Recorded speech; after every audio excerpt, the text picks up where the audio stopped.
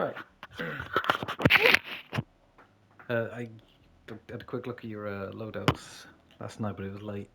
But they look like they're in a good place. I think it's probably more going to come down to what you want to use for the games we're playing.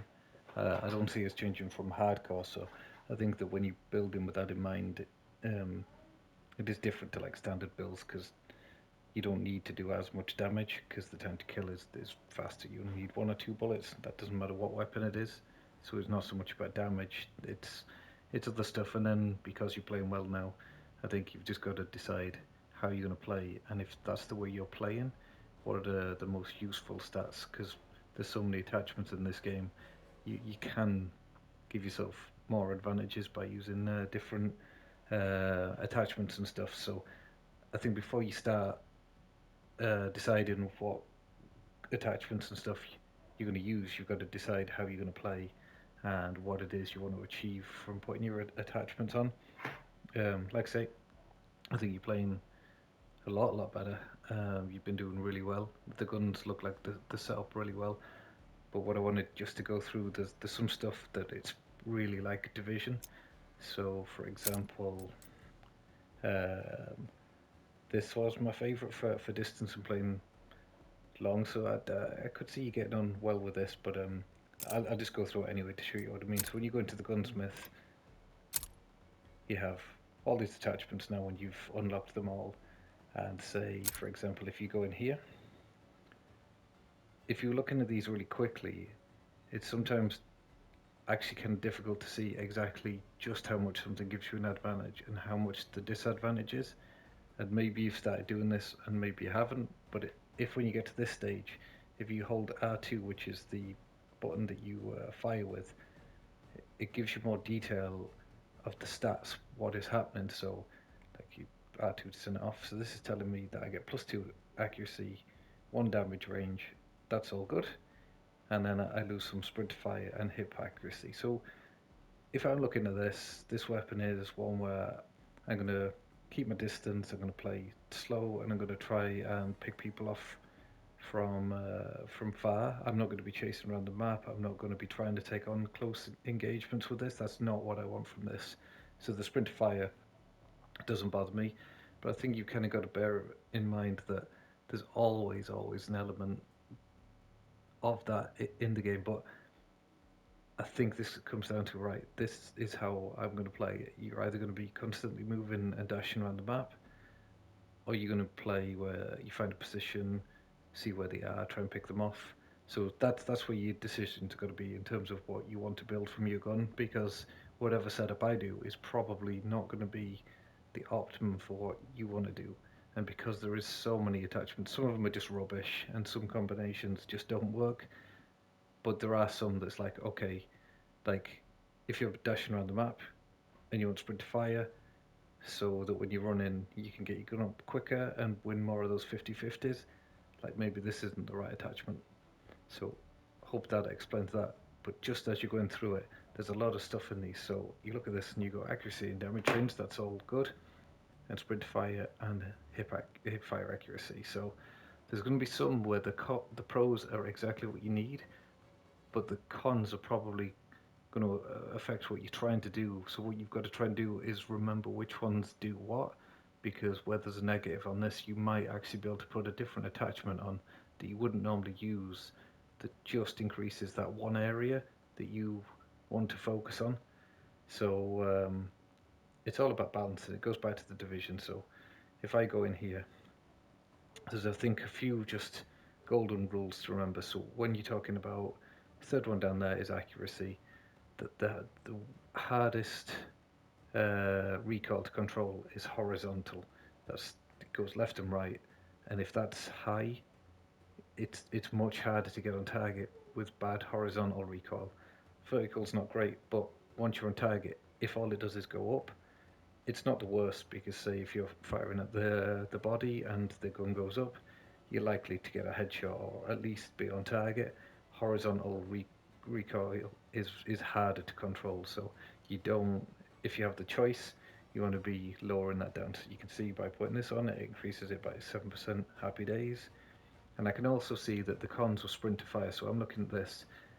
and it's red, but it's only 4.4, so it's not huge. Like, I mean, anything that's red is bad, but in bigger picture stuff, it's not too bad. I could take the hit on that, and I also get like 7.4 effective damage range, so its damage will last when the enemies are further away. So happy days, and even the hip fire, it's only 3.2, so it feels like it's pretty well balanced. I'm not getting huge numbers for pros, but they're in the right areas of what I'm looking for. So the gun's going to be easy to control, and my damage is going to be more effective the further away. So win-win. This build isn't about running around, so sprint fire isn't really going to bother me on this one.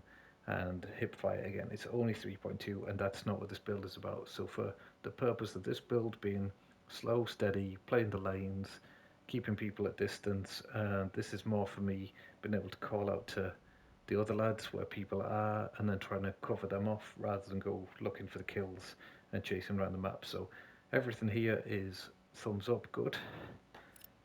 Um, 20. So I look at this one and it's highly accurate and controllable, great. Reduce scope, sway, and gun bob, brilliant. And again, damage range. So all of these things is what I'm looking for in this build. And again, the other stuff is sprint fire. Not bothered about hip fire because we've talked about that. But if you try to find a balance thing and you kind of go, I've already got some negatives of sprint fire and hip fire on the last one, then maybe you look through the others and go, I actually don't want that stuff to be too bad. But for me, I'm not bothered about that. Now, aim, walking, movement speed would bother me a little bit because once you're aiming, you want to be able to kind of move. So, like before, I've said, like when you're firing, you shouldn't be standing still. You should be strafing. So technically, if I'm aiming, it's going to really slow me down. So if someone sees me and I'm literally aiming down sight, I'm going to be moving slower than I should be.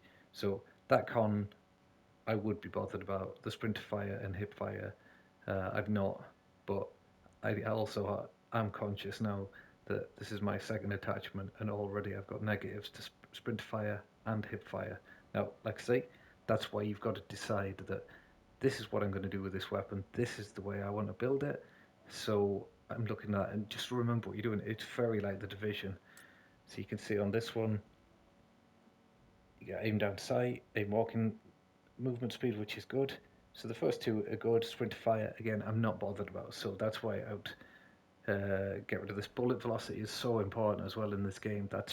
It's not how much damage it does. It's the speed that it takes from leaving the gun to hitting the target. So the better your bullet velocity, the more when you pull the trigger, it's going to hit where you want to be and it's going to hit fast. And again, because I want to be pretty much picking people off, I don't want a big kick on that initial accuracy because I do find in Vanguard that if you pull your trigger, even if the gun's easy to control, that first burst can pull the gun up quite awkwardly, and then even the rest of the shots are easier to control. You've still got to fight that. So for me, initial accuracy and recoil, that would be a big one. So I wouldn't be using that for this build. Um, Highly accurate headshot damage doesn't bother me because again, the one I picked here has got more in the terms of things that I'm looking for. Fire rate doesn't bother me, but again, if you press your R2 and you go in here, and you can just see how much things are affecting you. So again, like I've got two attachments on now, and both of them are increasing my effective damage range. I'm playing at distance, so that's all good. It will get to a point that I have so much that it's unnecessary, but it's great. The ADS walking speed, like I said, I don't really want that to be too bad, so I can move quickly even if I'm aiming down sight. Um, 8's not great, but from the pros I get with this, it's okay. Sprint fire, I'm not bothered about. The great stuff there is like the big one for me. Well, there's two actually on this. Is that I get 53% positives on my horizontal, so it's gonna make this like a beam that if I'm pretty much saying that this is to pick people off across the map and cover people off, I want this to be as controllable and accurate as possible, and I don't want to be fighting like bad recoil. So for me, 53% there plus is great, and I'm getting vertical, and then idle sway is like the way that you kind of gun bobs around. So the more that's positive, happy days. And again, hipfire I'm not bothered about, but there's quite a big loss there. But I'm not intending to use this as a hipfire weapon. So like you can go through these and you can kind of see pretty much what happens. So, like I mean, even if you look at this one, it takes my damage down to 28, so that's a loss of 31. If I pick this one, like that's a big difference. So just go through these and again look what you're building for. So that's that. This is just preference. This is quite an old build, and I can see a lot of people using this because it doesn't take up much screen. It's nice and thin. But I'm actually this first one up here, and I think there's another one that's round as well. See if I can find it. I've used this one, and then there's a could be this one as well that has a bit more magnification on it. So I think any of these, like I say, I'm really enjoying this round one for some reason. It's literally the first one, but this is nice because it doesn't take much of the screen. All preference, play around with them. Like I said, this one's nice because you get a little bit of extra zoom in, so it does help. And again with these, so if you go through these and kind of go, well, I do want that, I do want that, I don't want that. Just because there's 4 greens on this, it doesn't necessarily mean it's the right attachment for the way that you want to play, and that's something you got to be careful of. Just don't look at these and go, oh, look, there's loads of greens there. I'm going to put that on, because there might be stuff that you just don't need on that build, and by using one of these that has less on it, it could be more specific to what you want to do with the weapon. So if you look in here, this is all literally added to my control of the weapon. It's all positive for recoil, idle sway, and flinch resistance. So if someone shoots at you, um, you naturally will your weapon will jump and become more difficult to control. So flinch is quite big in this game as well. The only thing is, because we're playing hardcore now, normally if anybody even hits you with one bullet, it's unlikely that you'll survive. So if you play multiplayer, I would say flinch is way more important in this game. It's still important with this because if you're shooting at someone and they're shooting at you, you want to be as controlled as possible. There's a few in here. So let's just say you've got these two here. They've both got 2 cons, and from this, you glance at it, you've got +3, +1, -2, -1. Nothing seems too bad. But if you go into this menu, so this is the one I have on, but if you go here, and even if you compare the idle sway, it's down 700%. Like, it's not just a little bit. Some of these have got really drastic things that affect. You can even see there on the accuracy, it goes massively down. And, well, idle sway wouldn't be a big deal for me, and it could just be the numbers. Like, some of them, you could have 2 attachments that both say negative, say hip fire, and when you come in here, it could be huge numbers on one of them and not so bad on the other. So it could come down to, okay, I'll take the hit on that one because there's a less of a negative than on the other one. So it's all about like balancing things out. It's just extra ammo, extra damage. Again, this is all like centering speed. You can flick through here and you can kind of see like the how they affect your build compared with what you've got.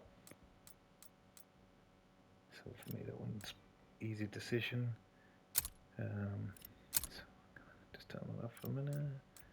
So magazines as well, because I find magazines the hardest to judge because they all seem quite bad. Like I don't want to lose any damage, bullet penetration, or velocity. So I don't know why I would bother with this.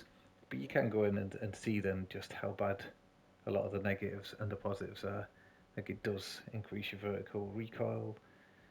So there's a lot in there, like the aim down sight, but the damage hit is huge for me. And again, like it might be one of them where you test this out because you don't need a lot of damage in hardcore mode because the time to kill is good. So it might be a case of these become useful again.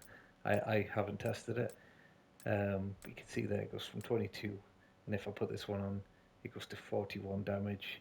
I've got effective damage range. My bullet velocity is good. So this would be one that I would be kind of going, is it worth it? And I'd look at this, and yes, it's affecting my horizontal and my vertical recoil. But from going through the other stats, which is kind of why I went through them all, yeah, if I just came here and I was like, that's pretty bad, that's 25 and 30%, I've got bigger pluses on my other, so even if I put this on, it would still be better than the base variant, and I'm getting all the other pluses from the other attachments as well. So as long as I'm conscious that I have those built into my other attachments, I can probably take the hit on this to increase my damage to 41, keep my damage range further out, increase my bullet velocity.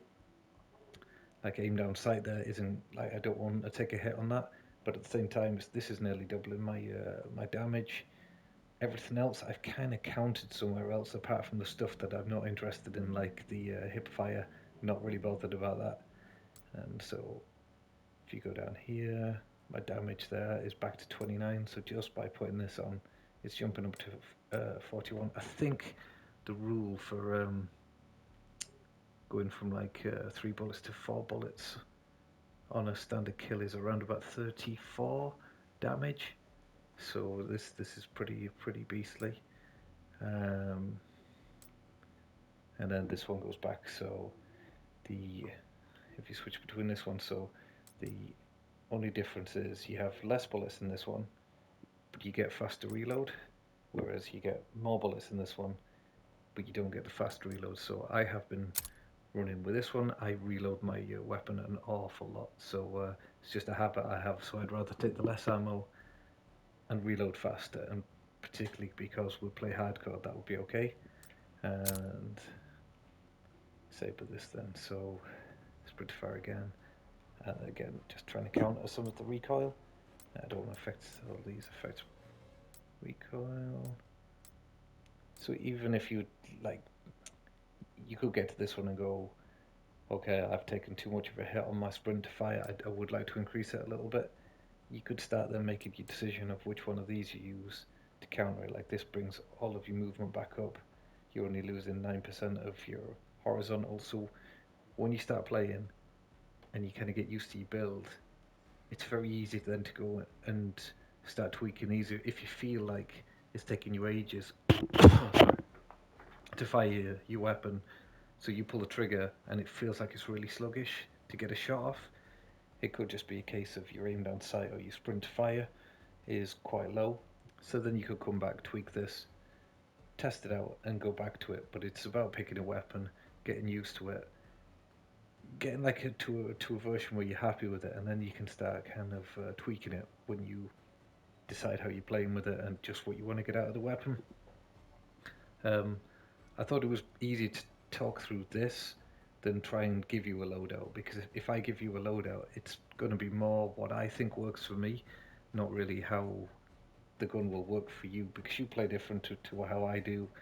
Um, and when I found this, I found it very useful because it reminded me of division builds where you can kind of see the pluses and negatives, and just some of them like affect like 900% like negative on some of the elements as well. And if you're just looking at it from this view that you get at the start, sometimes it's very hard to kind of see just how bad um, they affect the build in general. And sometimes, like I have been running without using magazines on a lot of the weapons because I don't like the cons that come in. And it might be a case of you actually choose not to use one of these because there's nothing you really need, and all they're doing is damaging your build as well. So, um, but if I was going quickly, so this is my favorite build at the minute. It's the Vosperensbergen, and I think it's brilliant. But I don't think it would suit you. It does give you still get the range, um, but it is more about movement, and it reminds me a little bit of the LC10, where it kind of does everything. It's not the best close up, it's not the best at distance, but it's very good at both. It's like that mid ground, but it has this gung ho proficiency, which because when you've got auto sprint on, pretty much you sprint. So if I'm moving around the map, it allows me just to get that split second that there's no pause between me sprinting to firing. So because I'm choosing to play that way, it's amazing. There was the Cooper carbine that I was saying on Friday is really good, and it is good. But what I found once I'd leveled it up a little bit, there was still this point where it was taking me a split second for it to start firing because of the sprint to fire time. Now I haven't got all the attachments yet, so I'll probably still go back and work up that. If it was just down to when I was firing, which one's better? The Cooper is better. It had a faster fire rate. It was very easy to control. It's really good weapon. But I ended up going back to this, and it is purely down to that gung ho proficiency that I don't lose that time when I'm sprinting around to fire. I feel like if I'm running, pull the trigger and it fires. So it could just be something like that that completely changes a whole build.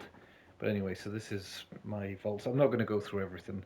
I pretty much built it to be um, stable, good distance, but gives me good movement as well. So this is kind of my in between, pretty much does everything build. Really like it. And particularly again, like a lot of this is I'm thinking about hardcore mode. I want to get my bullet off as quickly as possible because pretty much you land one bullet and you get the kill.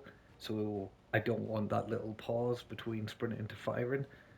Like I just want to pull the trigger and it fire because 9 out of 10 times, if I'm pre-aiming and I'm reading the map well and I can get my aim on target, I'm going to win that gunfight just purely because I'm not losing that sprint to fire delay. So that was that. Also, pistols. Don't underestimate pistols. Pistols are amazing in this game.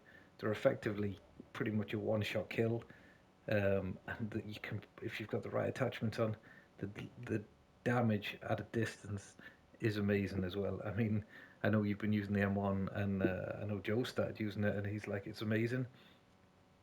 But for me, there's not a whole lot of difference between a pistol and an M1. You're still pumping the trigger, and you're pretty much getting a one-shot kill. Now, the recoil and the delays and stuff, that's where the negatives come in. But still, I'd still have a good pistol setup done, and you definitely can rely on them if you need to switch to it.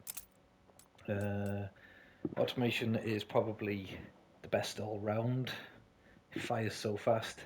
I just don't think it's as effective on hardcore because it's the speed of its firing that's amazing. So, say multiplayer is brilliant because if you're up against someone, if it takes like 4 bullets to kill, this is gonna kill faster than a different assault rifle that can't fire as fast as that, and it's very easy to control. So, that's brilliant. Um, the MP40 is still amazing. I use that as my silent class. So, one second, I'll go in that. So that is my build. If you want to look at it, that's just how I have it built. It's to do damage really fast and keep me off the map. So I run the silencer. So if you go in here and you check the stats at the bottom there, it says concealment 100%, which means that as long as I have this on, I'm off the map. And that's what I use this build for. You don't need to use the silent ammo. You can still use lengthen, which means you're getting the bullet velocity. So this beast, like I love this build for. I don't know what it's called, Numa, that map where you're kind of running around and it's like a circle and there's the trenches and stuff and it's kind of horrible. Most of the time I'll pick this up because it's about moving really fast, getting killed and not getting hunted down because it's just one of those horrible maps. So this will be my go-to for those kind of maps, or even Hotel Royale, where you you without it's very hard to avoid close 50-50 really fast gunfire because they're more chaotic from the size of the map and the way they're built. So even if you've got like your assault rifle that you use for all the other maps, when it comes to those, you want something fast firing, and definitely I think the value of staying off the map is the most important thing. It will change when everybody starts running Ghost because then the radars just become unusable. But right at the minute, if you use this with Ghost as your perk, such a huge advantage. So the only thing to bear in mind is Ghost only keeps you off the map if you're moving. So if you're playing slow and steady, they will still find you if you're standing still. So you need to get in the habit of, if you found a good position and you're pre-aiming and waiting for people to kind of show up or see where they are, you need to rock back and forward because if you stand still, they know where you are. So you've got to be careful of that. Um, and then what other? You mentioned the bar, so the bar and the NZ to me are very very close. I haven't done a lot of testing with either, but from initial use, I actually think if that's the kind of thing you're going for, I would use the NZ. I haven't leveled this up yet, but it seems to be doing crazy damage, very similar to the bar in terms of movement and time to kill and stuff. But um, this, if it's a case of I'm playing really slow, I'll put this on. I just think that because the way I play, I still like to kind of move, so the vaults seems to be the perfect weapon for me at the minute. It's not SMG. I can still hold lines and do damage from a distance.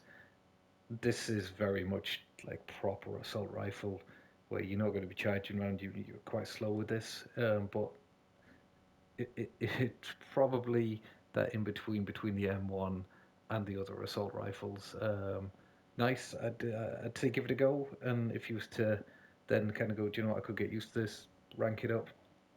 Definitely do. Very good weapon. Um, it might actually suit you quite a lot if that's the way you want to play. But again, it's going to come down to now if you are able, because it's very, very hard to play slow and hold lines and watch over the map. Because if you get killed, you have to try and get back to one of those power positions to try and regain like that. And particularly in Vanguard, you can quite easily get put into the blender with squad spawns, so it can get frustrating. And before you know it, you try to sprint around the map or go looking for kills, and that's not what these builds are for. You've got to kind of really understand how you built them and what they're supposed to do. Um, so that's probably the biggest decision now. And like you'll find when you do all this stuff, it will affect like the way you're playing, and you'll see things work, or you'll do something and you go, okay, that's not for me. I'm going to change this. Um, and like I say, the other thing for the perks, I don't know what perks you do run, but I have these on all of mine. I mean, the most frustrating thing is that the choice here is that you can have Ghost or Ninja. Like, if they could be in two different perk categories, that would be brilliant.